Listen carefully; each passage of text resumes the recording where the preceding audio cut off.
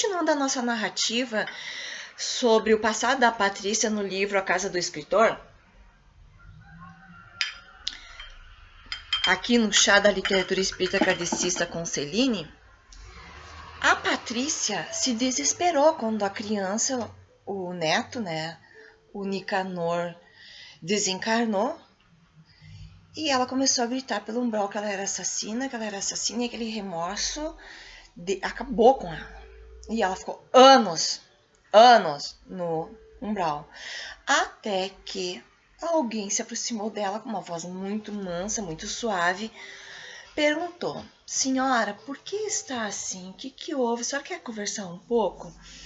E a Patrícia se admirou, porque até então ninguém lhe dava atenção. E ela começou a conversar. E esse ser, que tinha uma luz, tinha uma estatura média. Ele pegou nas mãos dela e pediu para ela contar a triste história dela. Ela contou tudo. Que ela tinha, por culpa dela, a criança tinha desencarnado, que ela tinha se arrependido, que ela não queria aquilo, que ela não queria a morte dele. E daí ele disse assim: mas por que a senhora não pede perdão para Deus e para ele?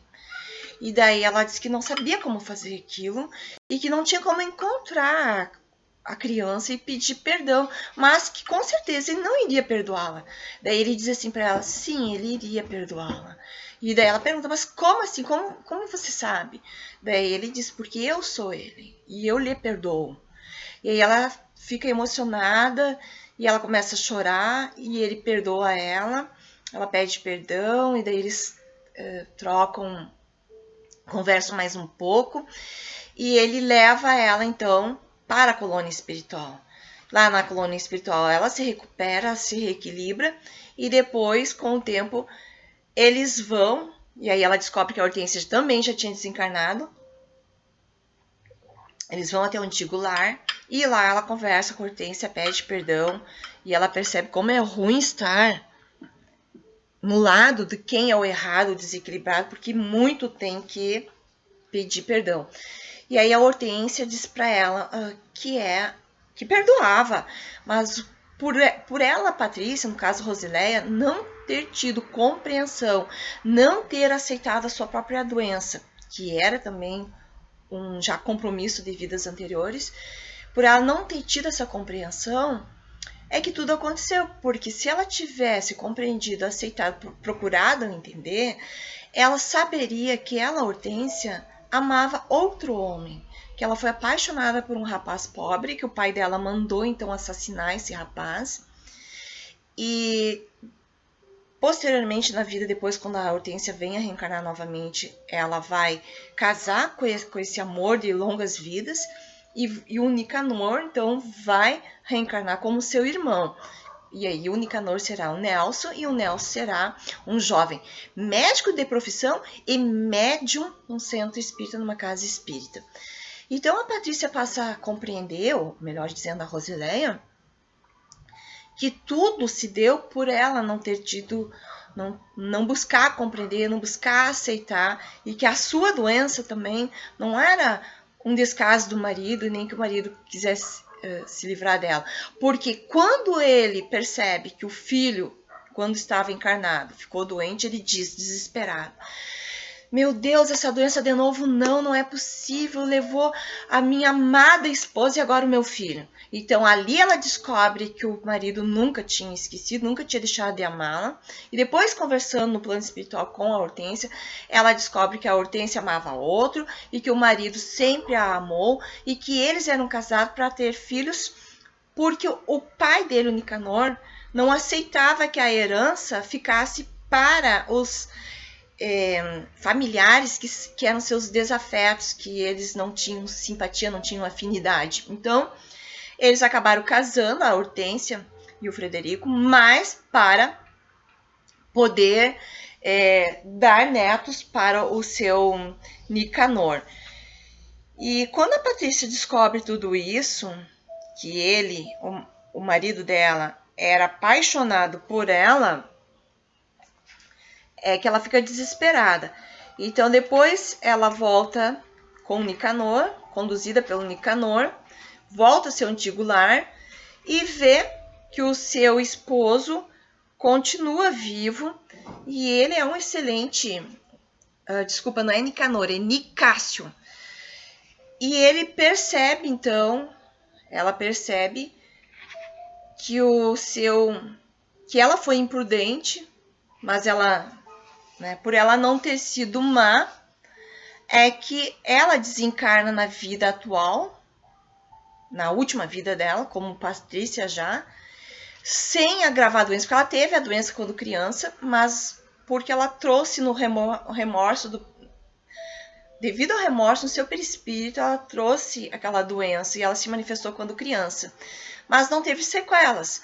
E ela se comprometeu, enquanto Patrícia, a desencarnar jovem, já que ela causou a morte de um jovem também, de uma criança cheia de futuro, que era o Nicásio, que na atual encarnação era, portanto, o Nelson.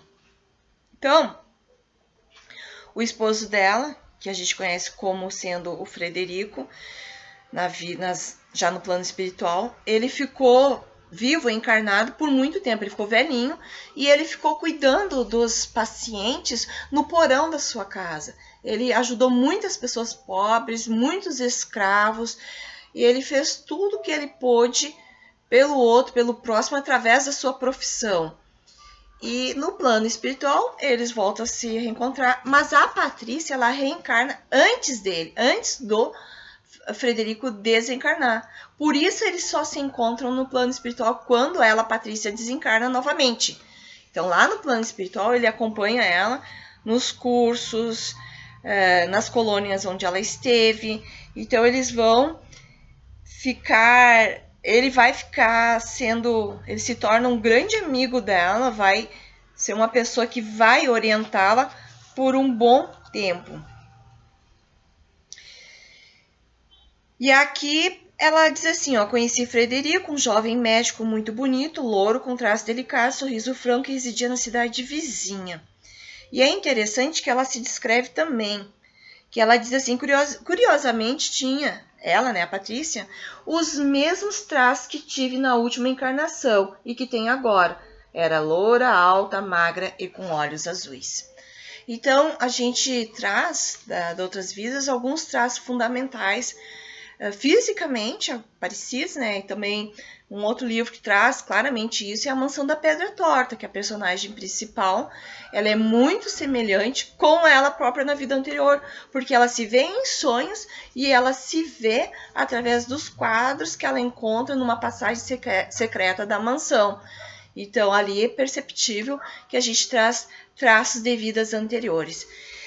Me chamou muito a atenção nessa história da Patrícia, nessa narrativa toda, no ponto recordando o passado, porque se ela, a Patrícia, teve essa passagem pelo umbral, teve todo esse sofrimento, teve todo esse desequilíbrio, o que será que nós não fomos? O que será que a gente fez? Eu, sinceramente, não quero nem saber. Eu só sei que eu tenho que aproveitar essa oportunidade, o aqui e o agora, para melhorar, para fazer a mudança interna, para buscar o aperfeiçoamento. A perfeição não é deste mundo, nem a felicidade plena e completa é deste mundo, mas podemos ser felizes sim, com as realizações das nossas boas atitudes, da nossa boa conduta, da conduta reta. Meus amigos e minhas amigas, nós ficamos aqui em mais um chá com Celine, mais um chá da literatura espírita kardecista com Celine, e nos encontramos nos próximos vídeos. Grande abraço a todos, fiquem com Deus. Até o próximo.